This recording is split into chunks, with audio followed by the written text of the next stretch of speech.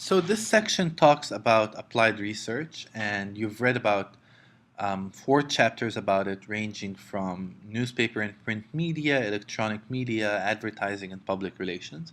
I won't go through much detail about it because most of it is information that you can read on your own. And as I mentioned in last week's lecture, you're required to read everything on it. All of the material might be included in the exam, or it's also important for you to get an idea of all of these research areas um, in the applied world. However, focus probably more on the area that you think is most relevant to you.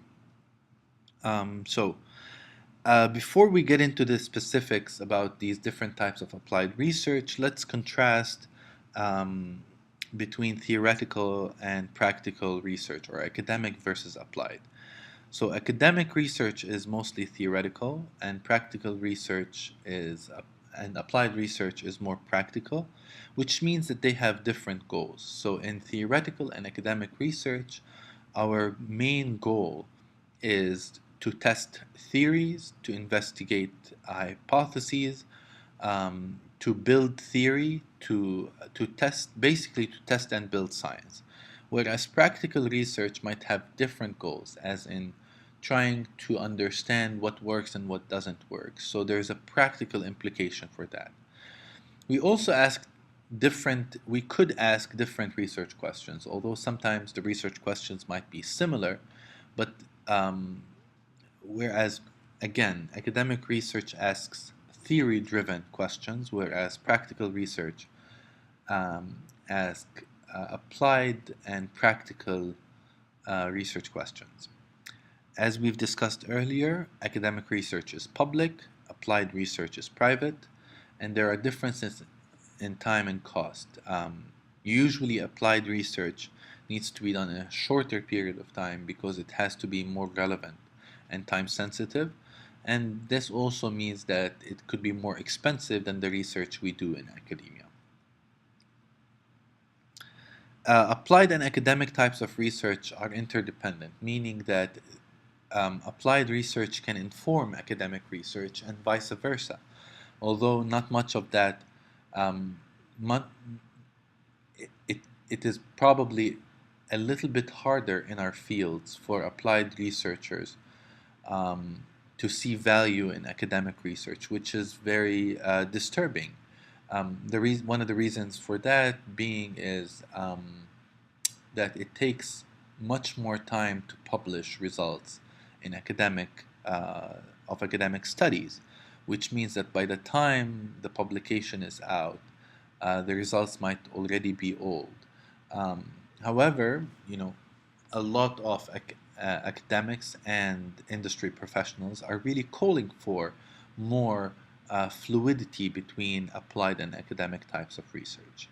Um, Both types are conducted in different areas. We can conduct research in print and electronic media, advertising, public relations, and other areas as well. Um, Even though the goals are different, we tend to use similar methods: surveys, experiments, content analysis, or focus groups. Applied research um, mostly focuses on the audiences, on the effects of media, and um, on content, what type of content works and what doesn't work. And also, big part, especially in print media and also in public relations, these are the most areas that research practitioners. There are a lot of studies about journalists, and there are a lot of studies about public relations professionals, practitioners. So let's look at this example from Shoemaker and Rees in 1996, where they have conducted a study about the representation of gender among journalists.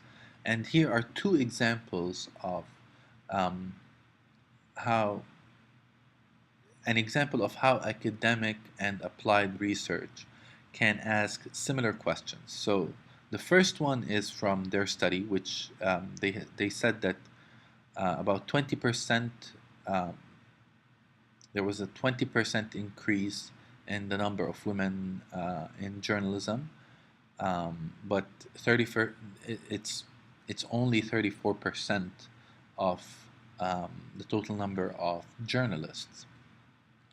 ASNI, which is the American Society of Newspaper Editors, conducted a study in 1993 that showed that 10% of newsroom employees are minorities. So here we can see similar types of research questions um, that are done in different settings, maybe the same types of method, but they inform different types of questions. So from that, let's move on to newspaper and magazines research. Um, the topics that print media research basically covers are the following. Either they deal with the reader or viewer exposures, such as calculating the circulations, the ratings of a newspaper, how many people are reading it, the ratings of a magazine, of a newspaper, the circulation, or we talk about the profiles of the readers and viewers. Um, in the applied in the industry, it's very important to know who's using your newspaper and magazine. So we need demographics, psychographics, and lifestyle indicators to tell us um, who's using, so that we construct content that matches these demographics, psychographics, and lifestyle indicators. At the organization level, there are studies that deal with management, the economics, the financial models of media, and this has become also a very popular um, area of research, even in academic research, in trying to understand how to apply theory to predicting the financial sustainability of media organizations. Content item selection, what works and what doesn't work, what type of content is important, what type of content is popular, um, type of content is disliked, and also performance evaluation, which deals with readability.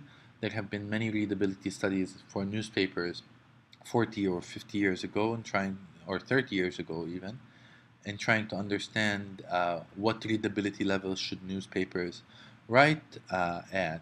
Also now more popular, as we are seeing a transition from newspaper print to electronic and website and online newspapers.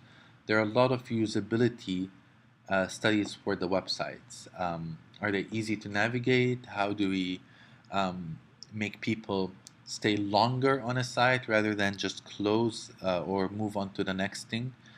So these are the major areas. I'm sure there are other areas that you can think of. Um, but also, there are three resources um, that are good to be familiar with if you're interested in print media research. The first one is the Editor and Publisher International Yearbook, and this is the oldest journal covering the newspaper industry, so that's a good resource to follow. The Audit Bureau of Circulation, it's a third-party circulation service that provides audits of print circulation, readership, and website activity. And the CAC, the Certified Audit of Circulation, it deems itself as an objective source to verify circulation claims. And you have these different websites. If you're interested in print media, they're worth to check out when you have time. So now we move on to electronic media. By electronic media, we mean everything that's audiovisual, including television and radio. Um, Topics include, from an applied point of view, the ratings, measuring how many and who are watching a program at any given time. They apply methodologies that include diaries, so asking people to write down what they have watched every day. Electronic meters, they are installed on people's televisions. They record whatever people see. People meters, they're specific to their electronic devices that are given to people, where people either input information or information is sensed from the environment. And also, telephone surveys can be a good technique to get at the ratings and the popularity of the different programs and TV programs and radio programs. The two major organizations that conduct ratings research is Nielsen. Nielsen is the leading source for calculating ratings. They do a bunch of other things. Their organization has grown far too complex now because they don't only focus on TV ratings, they also do online ratings, they do product things related to product placement.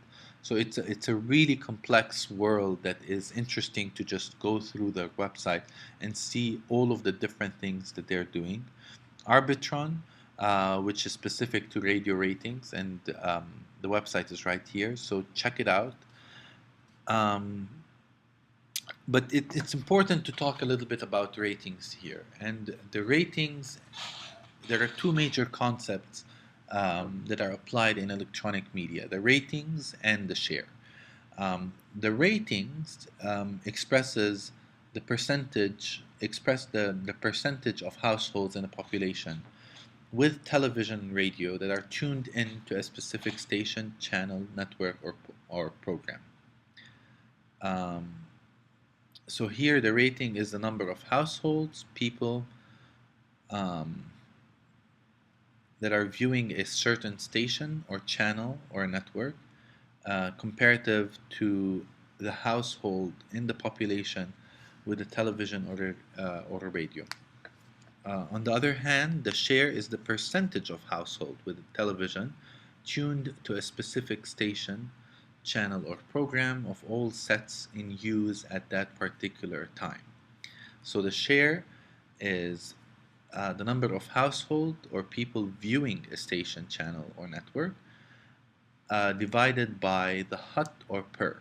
The hut is the household using television, so number of households that have the television on at that time, and per is the persons using radio, where they have the radio turned on. So let's take this example. It's known that 7,000 from a population of 25,000 people older than 55 watched CNN in the morning when a survey was conducted. Um, it's also known that 24,000 out of the 25,000 people, at the time the survey was conducted, they had their TVs on. So 25,000 people is the population, and 24,000 is the hut, the households using television. So how would you calculate the ratings and the share of the morning CNN TV program? So here's the calculation. The rating is the number of households viewing the specific station divided by the population, whereas the share is the number of people or households um, viewing the station or channel or network um, divided by the hut or per. And here we're using the hut because we're dealing with television. So here's the calculation. For the rating, we divide 7,000 by 25,000, so we have a rating of 28% or 0.28.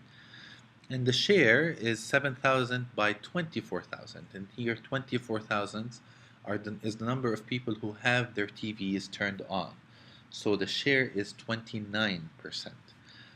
So the ratings never exceed the share. The ratings never exceeds the share. The rating is always smaller than the share because the denominator in the rating is larger than the denominator in the share. Other topics that are studied in terms of applied research on electronic media is program testing which programs um, would be better, or what are good programs, how do people evaluate new programs, old programs, music research, what types of music to use um, on the radio, programming research and consulting, um, what type of programs are people interested in, how do we match that by the channel, what types of people watch this channel, what types of programs do they like so that we can put on that channel, character or performer related, evaluating certain characters in certain programs, and there's also a lot of focus groups. It's very common to use focus groups in applied research in television, radio, where they bring in people and they give them they expose them to the show, and then they tell us what you think about this particular show. Now we move on to research on advertising, and there are generally three areas of research in advertising. The first one is copy testing, testing the ads themselves. Media research, which deals mostly with the audience, and the new area that is emerging now is interactive advertising.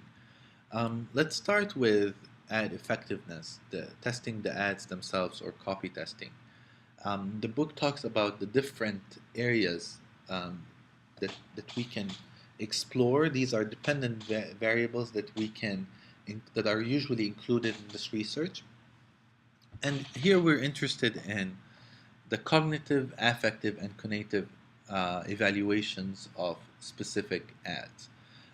So, with the cognitive level, we're interested in measures of attention. How much attention do people pay? How are they exposed? What are the areas of exposure? Are they aware that the ads are playing? Aren't they aware? Why aren't they aware? What can we do to enhance awareness and attention to the specific messages? Do they recognize the brands that are advertised? Do they understand what is required from them in these messages? Can they recall the information? Do they store the information that is provided in the ads in the memory and then can retrieve it later when they are at the supermarket or the grocery store? Also, measures of engagement. How engaged are they with the product? How engaged are they with the ad? How do these influence one another? On the affective part, we're dealing with emotion related evaluations, whether a certain ad leads to attitude change, to change in attitudes about the brand, about the product, about the ad, whether people like the ad or not, whether people are involved with the ad viewing experience. And the conative deal with what people do after they have been exposed to a certain ad. Do they express intention to buy the product, or do they actually go buy it um, at the grocery store or at the car dealership?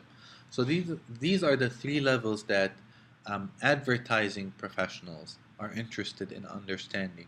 And as you can see, if you look through it, if you go through any information processing model of persuasion, it is really covering all of the areas from cognitive evaluations to affective evaluations to behavioral intentions that deal with purchase intentions and actual behaviors. So, advertising is greatly linked to psychological theories of information processing. Also, what's becoming popular and this is not only related to applied research, but it's also much used now, and there's greater use of it in academic research that deals with advertising and other types of media, is the use of implicit measures or psychophysiological measures. And this is the type of research that I do. Some of my research uses these measures, such as you can see the picture of the guy on the left. He has these sensors that are measuring emotional responses. If you can see that the sensor that the sensors that are placed on top of the eyebrow, these are capturing electromagnetic activity in a muscle, in a set of muscles called the corrugator supercilii muscle. And this is the frown muscle. So now if you're frowning and you have your hand placed on top of your eyebrow, you can see that there's muscle activation in that area. The two other measures, the one under the eye and on the cheek, it deals with positive or pleasant emotions. And these are the eye blink muscle. When we're really smiling, um, the eye blink, our eyes blink, and it and also the smile muscle, the zygomaticus muscle. Um, these are measures implicit measures, meaning that people are not aware. Well, they're of course aware that the equipment is on them, but we're not asking them, do you like the ad or not? We're measuring it in an unobtrusive way. Other measures that we use are also measures of arousal. We put sensors on people's palms, and we also measure their heart rate. And heart rate is a measure of attention, um, cognitive resource allocation to the stimuli. So if we notice if people's heart rate decelerates, that means that they're paying more attention to media messages. Also, what's becoming popular in some circles, media research circles, is the use of fMRI, functional magnetic resonance measures. And you can see here that there's an fMRI scan, and it tells us what areas of the brain are activated as a function of being exposed to certain messages. So these are interesting developments, and industries are also applying them. I know for sure that Disney, for example, has a very um, comprehensive and high-level psychophysiological lab. So it's not far from, it's not purely academic in terms of its use, although you know, the foundation of these measures are purely academic. They're also used in applied research as well. The other topic of research that deals with advertising is media research, which deals primarily with understanding the audience. We need to quantify the audience, and here measures such as GRP, gross rating points, are applied. The gross rating points is the product of multiplying the reach by the average frequency, and the reach is the total number of households that are exposed to a certain message, and the frequency is the number of times of exposure to the same message per one household. So, for example, if we have an ad segment that has a repetition of the same ad, 3 repetitions of the same ad, and we have 500 houses that are seeing that are being exposed to these messages, then our gross rating points will be 500 times 3, which is 1500. Um, the last part, the last topic that is now gaining popularity is trying to measure the effectiveness of interactive advertising. For many years, interactive advertising professionals have been measuring the effectiveness of interactive and online ads by looking at click-through rates. Click-through rates are the number of people that click on a certain link. They've, they've been used as measures of banner ads, display ads, and other forms of ads. However, they have been shown to be weak at reflecting the actual effectiveness of ads. Because think of your experiences. How many times have you clicked on a link and then within 1 or 2 seconds you figured it's not the link that you want, or it's not something that you're interested in, and you've closed it? So it's not a good measure. Therefore, we're looking at number of unique visitors, the people who are actually. Um, so, for example, if we're measuring the success of a viral ad that is shared on YouTube, we need to look at the number of unique views, not just the number of the same person viewing the ad or the video more than one time, 10,000 times. Also, time spent on the site, whether people, this is a good measure of ad effectiveness. And this new concept of engagement, um, which which really deals, which is correlated with the last measure, message virality. But engagement is more than just clicking on the link. How much time do you spend on the site? Do you contribute? Do you comment? Do you like it? And the, the, the fifth measure that we're currently trying to um, develop lies on trying to assess how viral ads can become, and looking at 3 different facets of engagement. The first one is affective evaluations. Affective evaluations, we're expressing it as the number of explicit evaluations that people actually um, present for a certain advertising message, such as the number of likes, the number of dislikes. Viral reach is how much the ad is shared, how many people share it, so the number of shares. And message deliberation is commenting on the specific ad, how many people and what are their comments. So that's it for advertising research. Now we'll briefly go through public relations research, and here here are the topics. The topics in public relations research, and one thing we need to understand is public relations research tends to be more on the qualitative side rather than on the quantitative side, and it's a very immature field. It's still under development. Now we're seeing more experiments and surveys being applied to public relations. But basically, the research that is conducted in public relations follows the process of public relations. So, trying to define the problem, conducting PR audits, evaluations of the company, evaluation of the company's reputation, issues management. Issue management is very important, and it's very similar to content analysis, if you might say, which deals with collecting everything that is being said about the organization. Previously, it used to be only in media, but now social media monitoring can be also categorized as issue management. The planning phase, what works and what doesn't work in terms of messaging, and the implementation.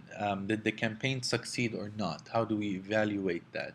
Um, Such as conducting surveys of people, focus groups, in-depth interviews, and there's a big um, portion of the research that we see now. It's being conducted on campaign effectiveness and evaluations. Case studies are most popular in public relations research in that area, but also we're seeing more and more of applications of survey methods and sometimes experiments to understand public relations. So with this, I conclude the lectures for this week. I'll see you next week. Next week we'll have a rather short lecture, um, just basic things that are related to starting to use SPSS, how to input data, how to set up an SPSS file, how to run some basic descriptive statistics. And as you know, next week we'll have an exam and we'll talk more about it um, in Monday's lecture. So that's it for today. I'll see you next week and have a great Memorial Day weekend.